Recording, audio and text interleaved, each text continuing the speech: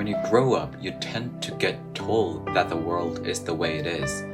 Your life is just to live your life inside the world. Try not to bash into the walls too much. Try to have a nice family life, have fun, save a little money. But life?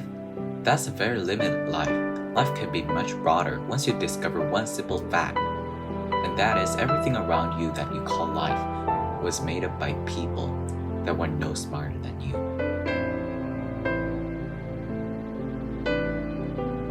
That's maybe the most important thing, is to shake off this erroneous notion that life is there and you're just gonna live in it. Versus embrace it, change it, improve it, make your mark upon it.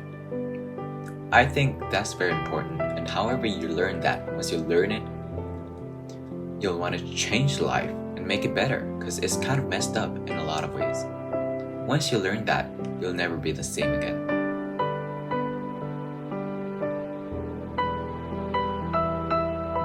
I was lucky. I found what I loved to do early in life. Miles and I started Apple in my parents' garage when I was 20.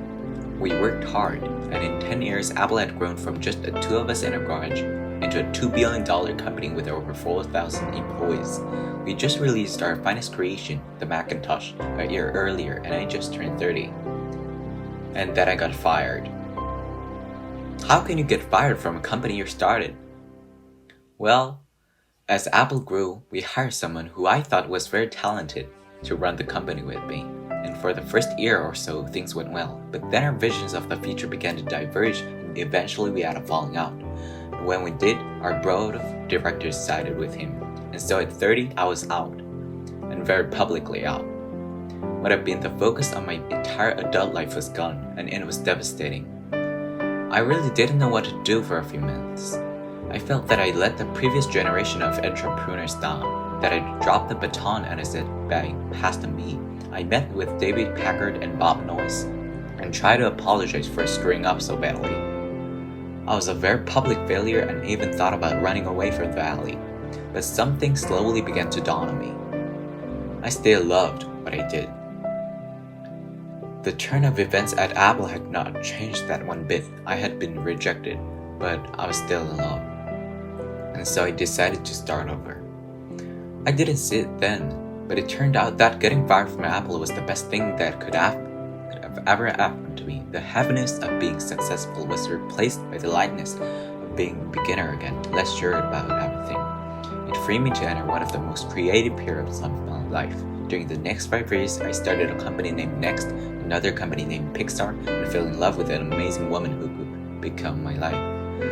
Pixar went on to create the world's first computer-animated feature film, Toy Story, and it is now a successful animation studio in the world. In a remarkable turn of events, Apple bought Next, and I returned to Apple, and the technology we developed at Next is the heart of Apple's current renaissance, and Lorraine and I have a wonderful family together.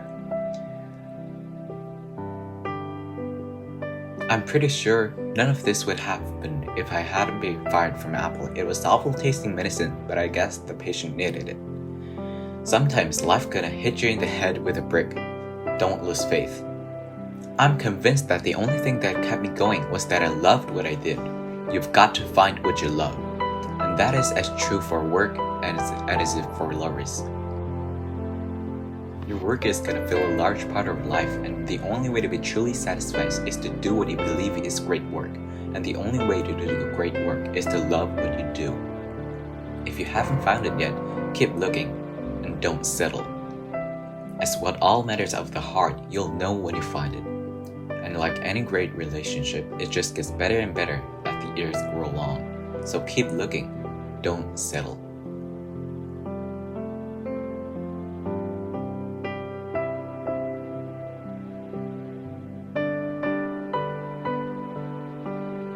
No one wants to die. Even people who want to go to heaven don't want to die to get there. And yet, death is the destination we all share. No one has ever escaped it. And that is as it should be, because death is very likely the single best invention of life. It's life's change agent. It clears out the old to make way for the new. Right now, the new is you. But someday, not too long from now, you'll gradually become the old and be cleared away. Sorry to be so dramatic, but it's quite true.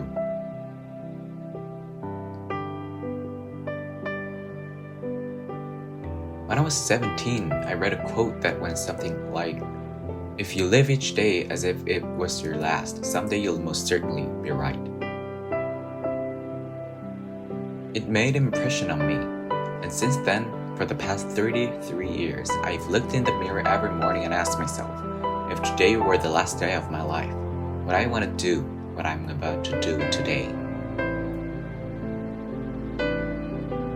And whenever the answer has been no for too many days in a row, I know I need to change something.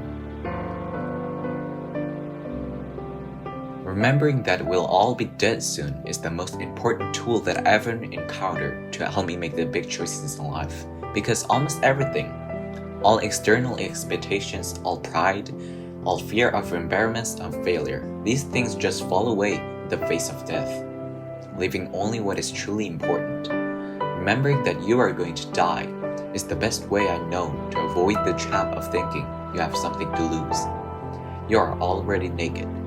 There is no reason not to follow your heart.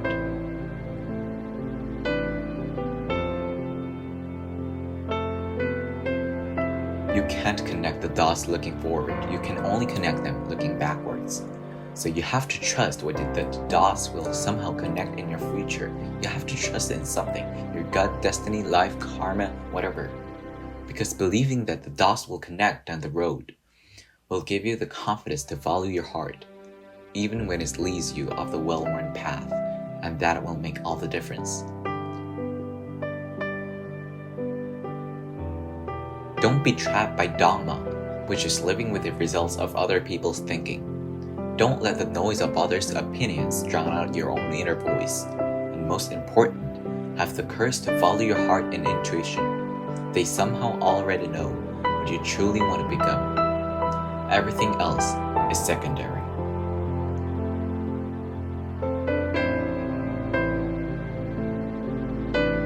Your time is limited, so don't waste it living someone else's life.